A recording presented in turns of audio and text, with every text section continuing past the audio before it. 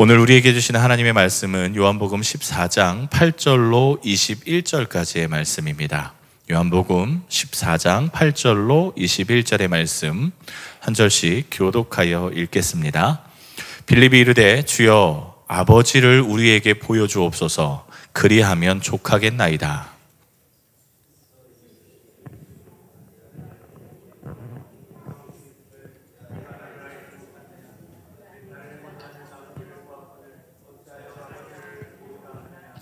내가 아버지 안에 거하고 아버지는 내 안에 계신 것을 내가 믿지 아니하느냐?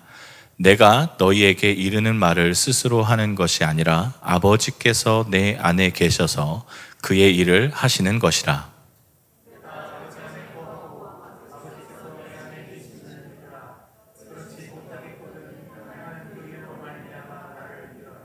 내가 진실로 진실로 너희에게 이르노니 나를 믿는 자는 내가 하는 일을 그도 할 것이요 또한 그보다 큰 일도 하리니 이는 내가 아버지께로 감이라.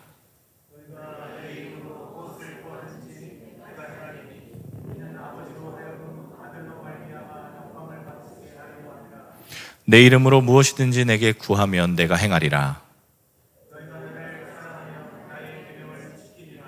내가 아버지께 구하겠으니 그가 또 다른 보혜사를 너희에게 주사 영원토록 너희와 함께 있게 하리니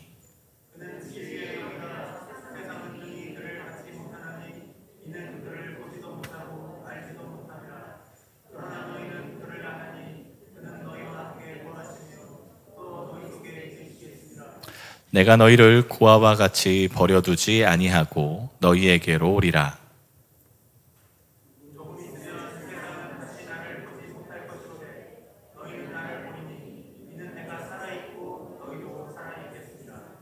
그날에는 내가 아버지 안에 너희가 내 안에 내가 너희 안에 있는 것을 너희가 알리라.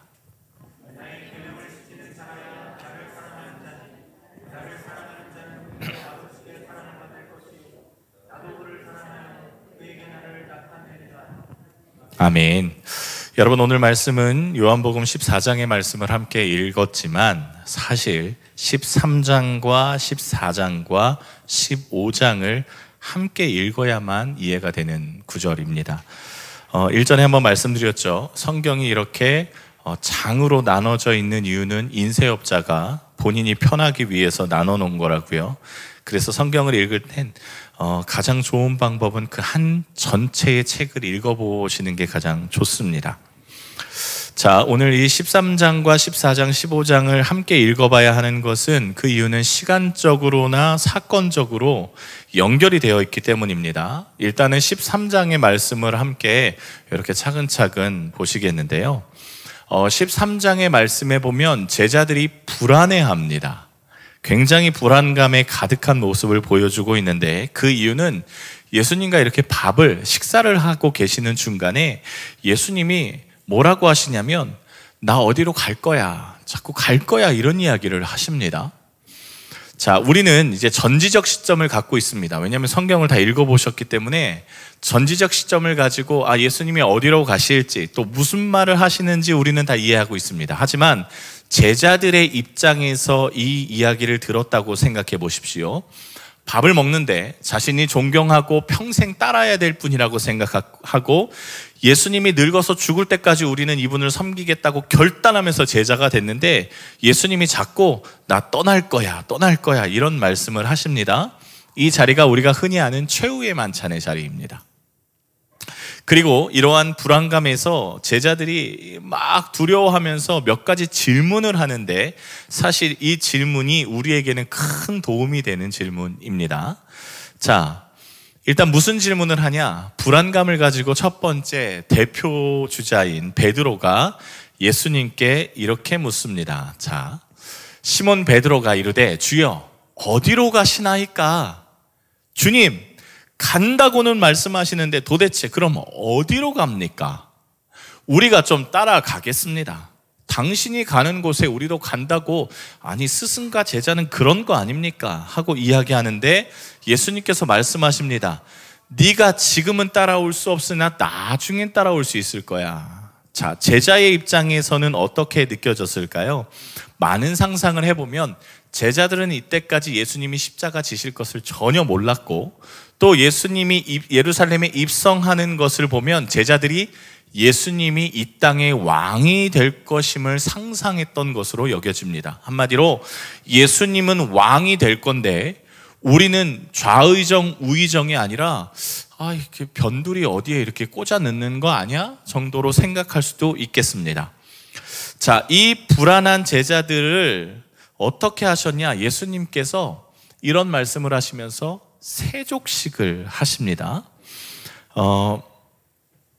발을 씻기시고 밥을 먹이시고, 점점 불안감이 제자들이 증폭되어 있는 이 상황에서 요한복음 14장으로 말씀이 넘어옵니다. 자, 모든 것을 버리고 따랐던 스승이 어디로 간다는 목적지도 말하지 않고 이제 와서 떠난다고 하니 불안감에 또 한 번 질문이 막 터져 나오기 시작할 겁니다. 그런데 여기서 우리는 한번 생각해 봐야 될 것이 있습니다.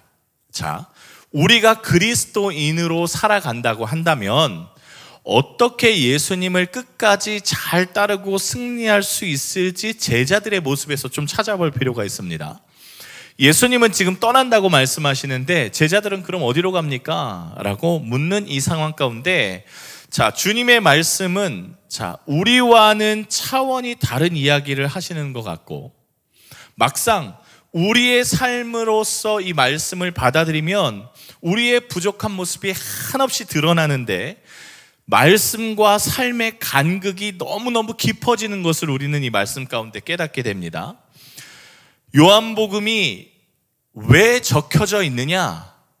말씀과 삶의 간극이 깊은 사람들을 위해서 적힌 복음이 요한복음이기 때문에 이렇게 드러내고 있는 겁니다. 여러분, 요한복음의 원독자를 말씀드렸습니다. 누구였습니까? AD 90년에 로마 대화재, AD 64년에 로마 대화재가 일어났는데 이때의 주동자 혹은 대화자의 주범이라고 여겨지는 그리스도인으로 낙인 찍혔고, 오늘 요한복음은 AD 90년에 적혀졌는데 그 이후에 저 로마를 망하게 할 인간들이라고 손가락질 당하며 30년 동안 살았는데 유대교에서 도저히 니들을 받아줄 수 없어 라고 해서 출교시킨 상황, 한마디로 보호할 수 있는 모든 것들이 사라진 순간에 과연 내가 예수님을 믿어야 되나 믿지 않아야 되나 라는 것을 선택하는 사람들에게 적힌 복음서가 요한복음입니다. 말씀은 들었고 알았습니다. 예수님이 어떤 분이시라는 것은 경험은 했습니다. 그런데 내 삶과 말씀의 간극이 너무 깊다 보니까 이거 어떻게 해야 될지 고민하는 사람들이 요한복음을 읽으며 예수님을 통하여서 신앙의 해답을 얻는 책이 요한복음입니다. 그렇기 때문에 오늘 베드로가 예수님 어디로 갑니까? 도대체 어디로 가시는데 그렇게 말씀하십니까? 예수님이 대답 안 해주시죠. 나중에 니들이 따라올 거야. 이어서 도마가 예수님께 묻습니다. 주님, 어디로 가시는지 나는 모르겠는데 그러면 우리가 어떻게 그 길을 갑니까? 이제 질문이 조금 달라졌죠. 니들 지금은 뭐다? 라고 말씀하시니 도마가 머리를 살짝 굴려서 그러면 주님 어떻게 가는지만 좀 이야기해 주세요. 이렇게 질문을 바꿔서 말합니다.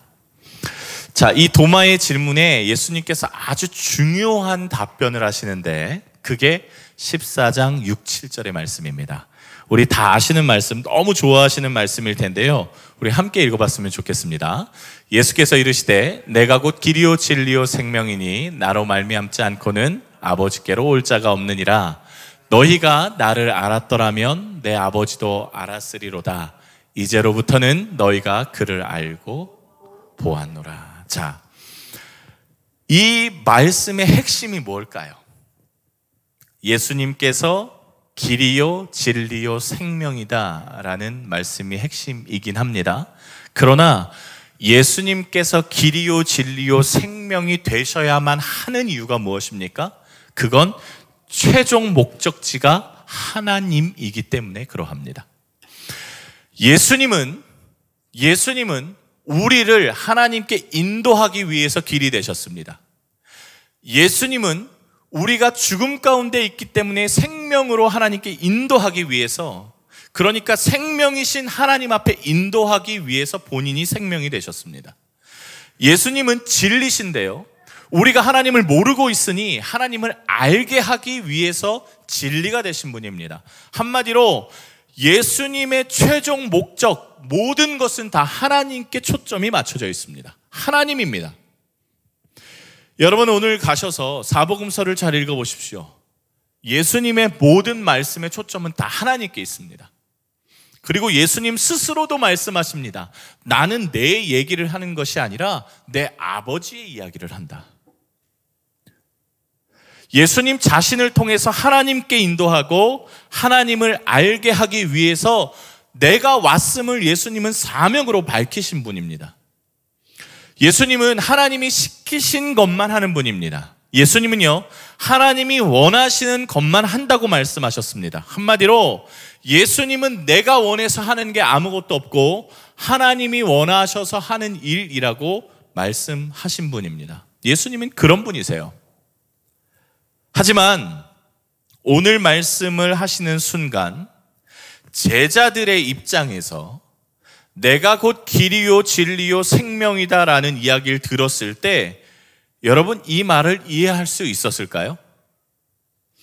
우리처럼 성경을 다 아는 전지적인 시점을 가지고 이 이야기를 드리면 예수님이 십자가에 죽으실 것이고 그 십자가를 통해서 하나님 앞에 인도받을 것이라는 것을 다 알고 있지만 지금 그 사건조차 모르는 제자들이 예수님이 길이요 진리요 생명이다라는 말을 듣고 도저히 이해할 수 없었을 겁니다. 이게 무슨 뚱딴지 같은 말이야 하고 생각했을 거예요. 대충 들어보면 예수님이 어디를 가신다고는 하는데 그 가시는 곳에 하나님이 있는 것 같아. 그런데 지금은 못 오고 나중에는 온다고 하시고, 그럼 어떻게 가지? 자, 여기서 여러분 결정적으로 요한복음에서 항상 한몫하는 제자가 등장합니다. 바로 빌립이 등장하고요. 빌립이 여러분 머리가 이렇게 빨리 돌아가는 사람 아니겠습니까? 빌립이 예수님께 이렇게 묻습니다. 빌립이 이르되 주여 아버지를 우리에게 보여주십시오. 그렇게 묻습니다. 지금으로 말하면 이런 거죠. 예수님 돌려 말하지 말고 직접 말씀하세요. 자꾸 이렇게 막 이렇게 어중뛰게 이야기하시지 말고 그냥 그 끝에 뭐 하나님 계신다고 하셨죠?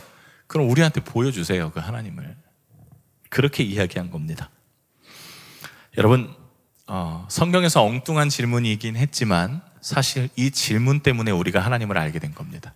너무 중요한 이야기 아니겠습니까? 사이다 발언 아니겠습니까? 예수님의 말씀의 모든 결론은 하나님이 계신데 그럼 도대체 그 하나님이 누굽니까? 왜 이렇게 돌려서 얘기해요? 바로 이야기하시지. 제자들은 도통 알 수가 없었던 겁니다. 여러분, 사실 우리도 이런 질문 하지 않으십니까? 하나님, 내가 하나님을 사랑하는데 하나님, 저에게 하나님이 어떤 분이신지 알 수가 없습니다. 좀 가르쳐 주십시오. 가르쳐 주시면 잘 따라가겠습니다. 하나님, 주님의 마음을 허락해 주십시오. 하나님, 주님이 어떤 분이신가 가르쳐 주시면, 아니 보여주시면 주님의 옷자락이라도 좀 보고 싶습니다. 이렇게 기도하시는 분들도 계시지 않으십니까? 하나님 보여주십시오. 빌립의 이 질문에 예수님이 하나님이 드러나시는 말씀을 하십니다. 여러분, 하나님 알고 싶으시죠? 빌립이 이렇게 이야기합니다. 우리 한번 다 같이 읽어보겠습니다. 예수께서 이르시되 빌립아, 내가 이렇게 오래 너희와 함께 있으 내가 나를 알지 못하느냐? 나를 본 자는 아버지를 보았거늘 어찌하여 아버지를 보이라 하느냐? 예수님의 말씀입니다. 예수님의 말씀은 예수님 자신을 보면 하나님이 누구신지 알 수 있다라고 말씀하십니다. 하나님 보여주세요. 하나님 어떤 분이신지 우리를 좀 알려주세요. 그분이 도대체 누굽니까? 라고 물어봤는데, 빌립아, 너가 지금까지 나를 봤는데 어떻게 하나님을 모른다고 하니?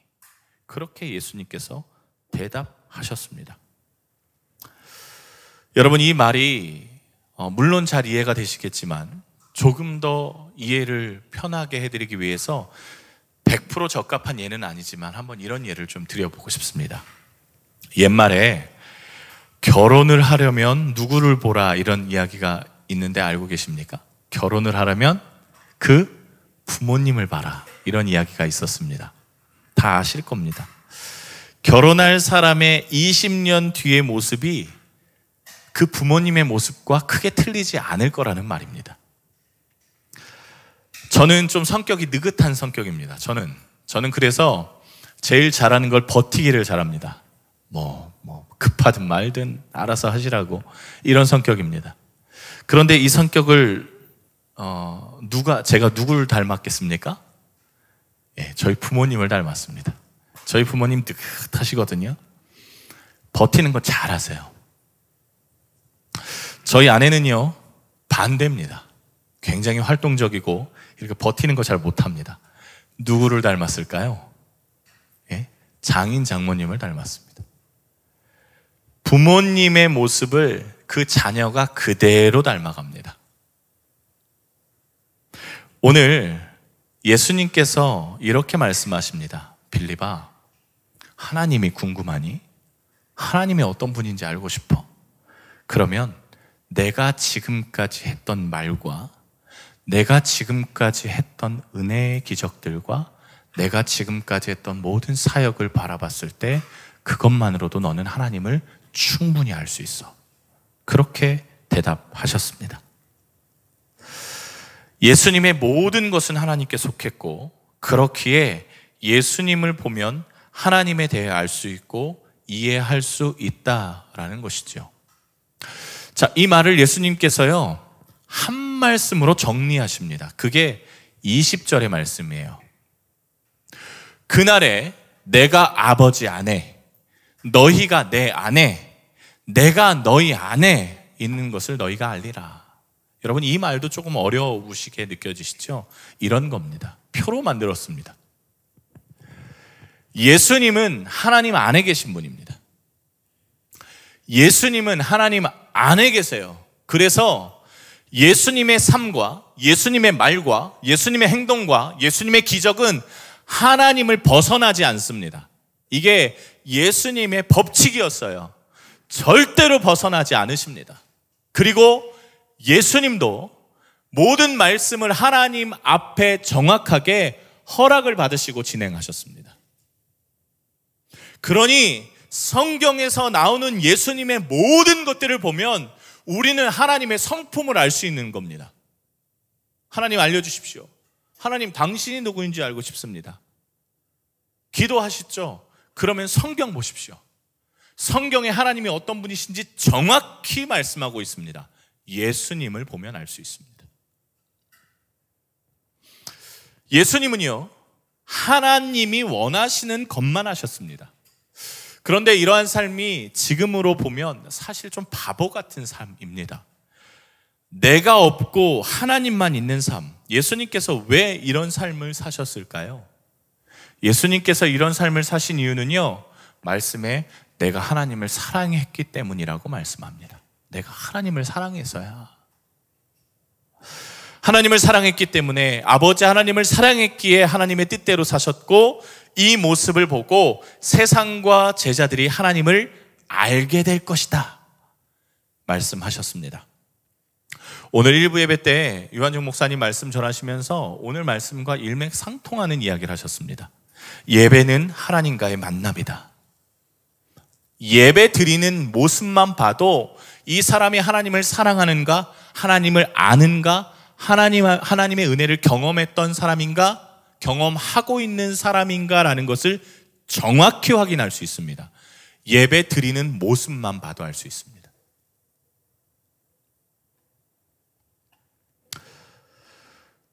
예수님께서 이런 말씀을 하시면서 뭐라고 또 이어서 말씀하시느냐?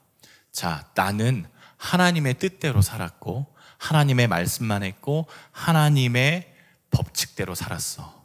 그리고 세족식을 하시는데 그 세족식을 하시면서 제자들에게 이어서 말씀하십니다. 그게 뭐냐면 내가 너희가 나를 사랑하면 내 계명을 지킬 것이야. 이 말씀은 무엇입니까? 이제 너희가 그렇게 해야 돼. 그렇게 말씀하셨습니다. 여러분, 세족식은요, 종이 주인의 발을 닦아주는 행동입니다. 이것을 그 당시 말로 하면 최고의 섬김이고 최고의 겸손입니다. 그런데 제자들이 지금 예수님의 명령을 듣고 이제 그런 삶을 살아야 하게 됩니다. 너희도 이렇게 하라. 그렇게 말씀하셨습니다. 너희도 이렇게 하라. 그리고 이 말씀은 무엇을 뜻하냐면, 지금까지는 너희가 내 말을 듣고 따라는 왔지만 이제부터는 너희가 내가 하나님의 말씀대로 살아갔던 것처럼 너도 내 말씀대로 살아가야 해. 그런 이야기입니다. 잘 이해가 안 되셔서 한 번 더 표를 갖고 왔습니다. 이제 이런 삶을 제자들이 살아야 하는 겁니다. 자, 나의 계명을 지키는 자라야 나를 사랑하는 자니, 나를 사랑하는 자는 내 아버지께 사랑을 받을 것이요 그도 나도 그를 사랑하여 그에게 나를 나타내리라. 이런 말씀을 하시면서 제자들에게 오늘 예수님의 말씀을 따라 살아라 라고 명령을 하셨습니다. 자, 여러분, 제자라는 것은요, 예수님의 말씀을 지키고 예수님을 말하고 예수님의 뜻대로 사는 자입니다.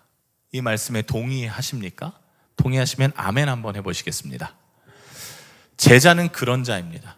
제자는 내 뜻대로 사는 거 아니고, 내 맘대로 말하는 거 아니고, 내 삶에서 내가 주인 되는 게 아닌, 오직 예수님이 주인 되시고 예수님의 말을 하고 예수님의 뜻대로 사는 자가 제자입니다. 예수님께서 하나님의 뜻대로 사셨던 것처럼 제자들에게 이제는 너희가 내 뜻대로 살아라 라고 말씀하셨습니다. 이것이 곧 제자입니다. 예수님의 말씀을 지키고 예수님이 원하는 말을 하고 예수님의 뜻대로 사는 것, 이걸 다른 말로 하면 그리스도인이라고 합니다. 여러분, 이게 그리스도인의 사명입니다. 그러면 그리스도인의 사명을 지키고 살면 무슨 일이 일어날까요? 오늘 말씀 21절의 말씀의 후반절에 보면 그에게 나를 나타내리라 라고 말씀합니다. 그에게 나를 나타내리라. 여러분, 우리가 볼 때 예수 그리스도가 나타난다라는 건 무슨 말입니까? 예수님이 말씀하실 때, 예수님을 이야기할 때, 예수님이 지금까지 하셨던 일들을 제자들이 온전히 행할 때 누가 나타나는 겁니까? 제자들이 불쑥불쑥 나타난다는 겁니까? 윤상철 목사의 이름이 하늘 높아진다는 겁니까? 아닙니다. 누구의 이름이 높아진다고요? 예수님의 이름이 높아질 것이다 라는 말입니다. 이건 제자가 됐다는 증거이기도 합니다. 여러분, 하나님을 사랑하시는 줄 압니다. 하나님의 사랑은 그저 교회에 다니고 예수님이 나로 인해서 죽으신 것을 알고 믿는다는 고백에서 멈춰지지 않습니다. 그 고백을 넘어서서 예수님의 말씀을 지키고 순종하는 것입니다. 우리가 예수님이 원하는 대로 삶을 살아가면 우리의 삶에서 예수님이 나타납니다. 우리의 이웃과 가족과 수많은 주변의 사람들이 우리를 보면서 뭐라고 평가하느냐? 아, 쟤 예수 믿는 사람이구나 하고 평가합니다. 이게 우리의 삶에 예수님이 나타나는 겁니다. 반대로 말하면 윤상철 목사가 볼 때, 윤상철 목사를 볼 때, 여러분들이 저를 볼 때 삶에서 조금도 예수 믿는 것 같다라는 느낌을 못 받으셨다. 그러면 저는 서둘러 제 신앙을 점검해야 하는 겁니다. 빨리 점검해서 우리의 삶 가운데 예수님이 드러나지 않으면 우리는 빨리 다시 한번 말씀으로 돌아가고 기도로 주님을 만나야 합니다. 과연 내 삶에 뭐가 잘못되어 있는가? 그것을 점검하고 위기를 벗어나야 하는 것이죠. 말로만 여러분 그리스도인인 척하는 거 사실 쉽습니다. 그런데 삶으로 그리스도의 영향력을 나타내는 건 정말 어렵습니다. 말로만 그리스도인인 척하는 거 쉽지만 그 한계가 금방 드러납니다. 하지만 하나님을 사랑하면 참 은혜로 감사하는 것은 그 생명의 샘물, 성령께서 우리에게 흘러나오는 생명의 샘물처럼 날마다 공급하셔서 더 주님을 사랑하게 하시고 더 충만하게 하셔서 우리의 삶이 그리스도인 되게 예수님의 이름이 높아지게끔 변화시켜 주신다고 약속하셨습니다. 자, 여러분, 예수님이 하나님 안에 있다는 것은 하나님의 말씀을 지킴으로 증명하셨던 것처럼 우리가, 제자가, 그리스도인이 예수 안에 있다는 것도 예수님의 말씀을 지킴으로 증명이 됩니다. 자, 이해하셨습니까? 예수님이 하나님 안에 있다는 것을 증명하는 것은 예수님이 말과 행동과 많은 사역으로 하나님의 말씀을 증명하셨기 때문입니다.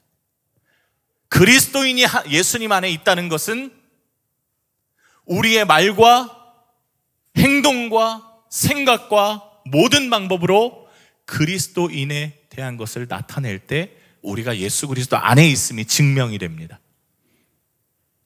물론 주님의 말씀 따라 살아가는 삶은 결코 쉽지 않습니다. 안정적이지도 않습니다. 굉장히 불안하고요.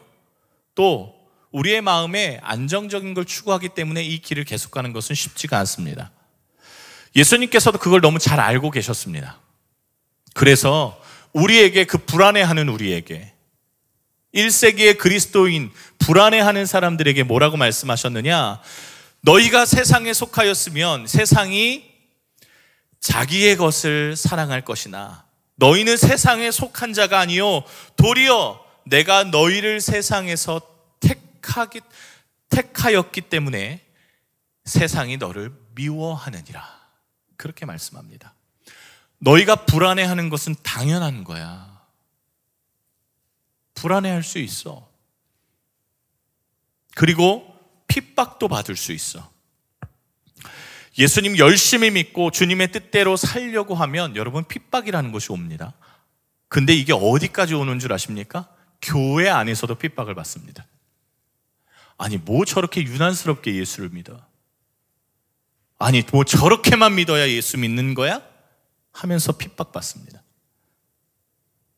하지만 예수님 말씀을 끝까지 따르다가 여러분의 삶에 예수님이 보여지셔야만 하고, 또 세상이 뭐 저렇게 유난 떨면서 예수 믿어 하면서 예수쟁이라고 손가락질을 당하고 비꼬는 말을 듣는다 할지라도 여러분 감사해야 할 것은 내가 잘 가고 있구나 라고 생각하시며 위안을 얻을 수 있다는 거죠. 여러분, 비난만 받겠습니까? 사실은 은혜도 있습니다. 말씀을 마무리하면서 비난만 듣는 것이 아니라 어떤 은혜가 있는지 한번 살펴보고 싶습니다. 여러분 한번 말씀 보십시오.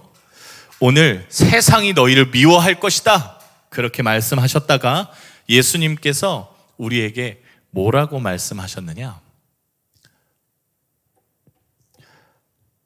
여기엔 적혀져 있지 않네요. 제가 안 넣었네요. 20절의 말씀, 요한복음 15장 20절의 말씀에 이렇게 기록되어 있습니다. 제가 한번 읽어드려 볼게요. 내가 너희에게 종이 주인보다 더 크지 못하다 한 말을 기억하라. 사람들이 나를 박해하였은즉 너희도 박해할 것이요. 자, 박해는 찾아옵니다. 내 말을 지켰은즉 너희 말도 지킬 것이라. 이렇게 말씀하고 있습니다. 자, 나를 박해하였은즉 너희도 박해할 것이요 내 말을 지켰은즉 너희 말도 지킬 것이라. 그렇게 말씀하고 있습니다. 이게 무슨 말이냐면 한번 펴보십시오. 우리가 예수님 안에 속하였고 예수님의 말을 하면 우리의 말을 지키는 자들이 나타난다는 겁니다. 우리가 예수님의 향기를 바라고 그리스도인으로 살아가면 어떤 일이 일어나느냐? 박해도 오지만 우리의 말을 지키는 사람들이 등장하기 시작한다는 겁니다. 여러분, 예수님 오래 믿으셨죠? 그리고 그리스도인으로 살아가셨을 겁니다. 제 친구들 중에서요, 여러분, 제가 등치가 이게 중학교 등치거든요. 중학교 등치입니다. 제 친구들이 대부분 다 학교에서 노는 아이들이었습니다. 그리고 사실은 대학교 때도 막 본드 불고 막 저 부둣가에서 살고 그런 애들 사역을 했기 때문에 이게 얼마나 등치가 이게 도움이 됐는지 몰라요. 그리고 결정적으로 제 친구들이 다 이렇게 한 주먹 하는 친구들이었기 때문에, 야, 너 누구 알아? 그러면 네, 알아요. 따라와. 그럼 따라가면 교회로 끌고 가고, 이런 이게 아주 즐거운 일들이 많았습니다. 우리 저기 용배가 저랑 같은 동네에 살았거든요. 만석부도 이런 데 막 얘기하면 다 압니다. 별로 안 좋은 동네라는 거. 자, 그런데 제가 이제 왜 이런 이야기를 하냐면, 대학교를 가고 열심히 사역을 하던 그 순간에 제 친구들을 한번 찾아봤습니다. 야, 그 싸움 잘하던 친구들 다 어디 갔냐? 정말 하나도 없이 다 그 친구들이 어디 간지 모르겠더라고요.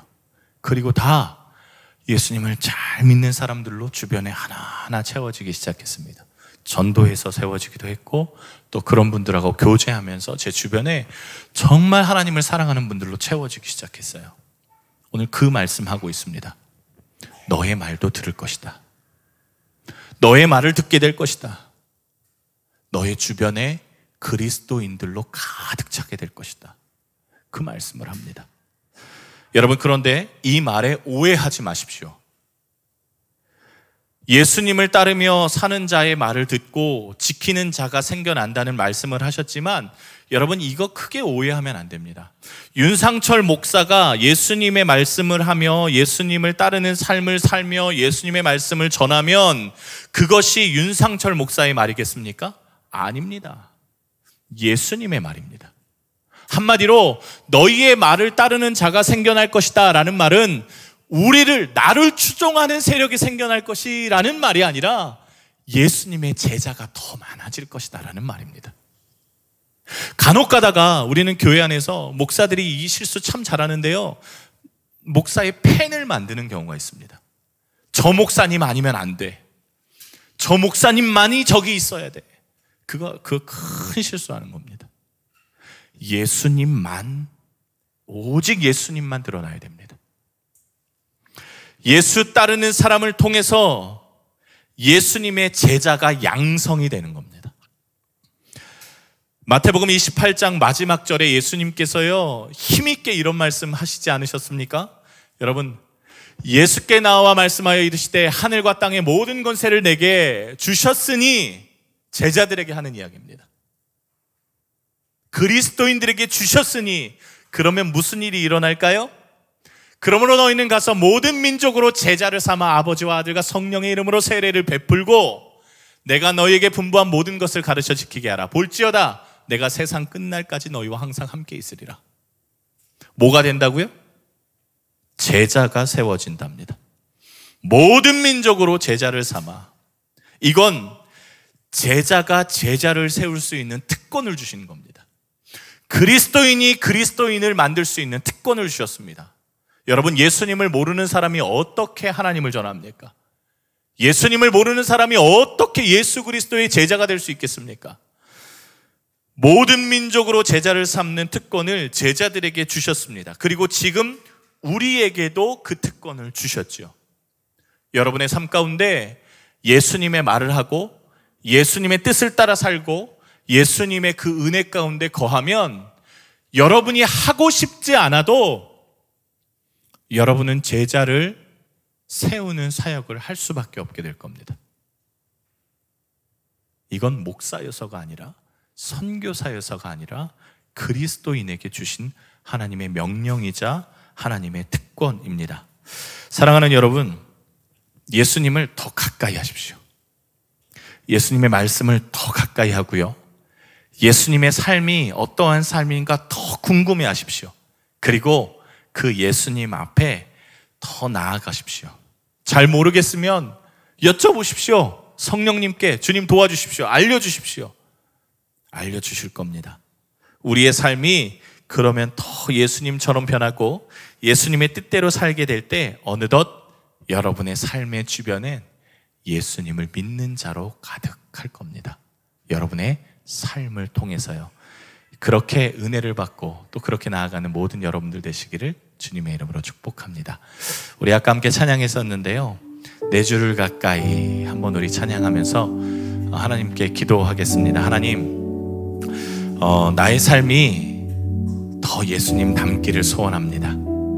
나의 입술이 더 예수님의 말씀을 하는 입술이 되길 원하고 우리의 모든 것들이 더 예수님 안에 속한 제자로서의 삶이 이루어지게 하여 주옵소서. 주님을 말하게 하여 주옵소서. 주님 더 가까이 가고 싶습니다. 우리 그렇게 찬양하겠습니다.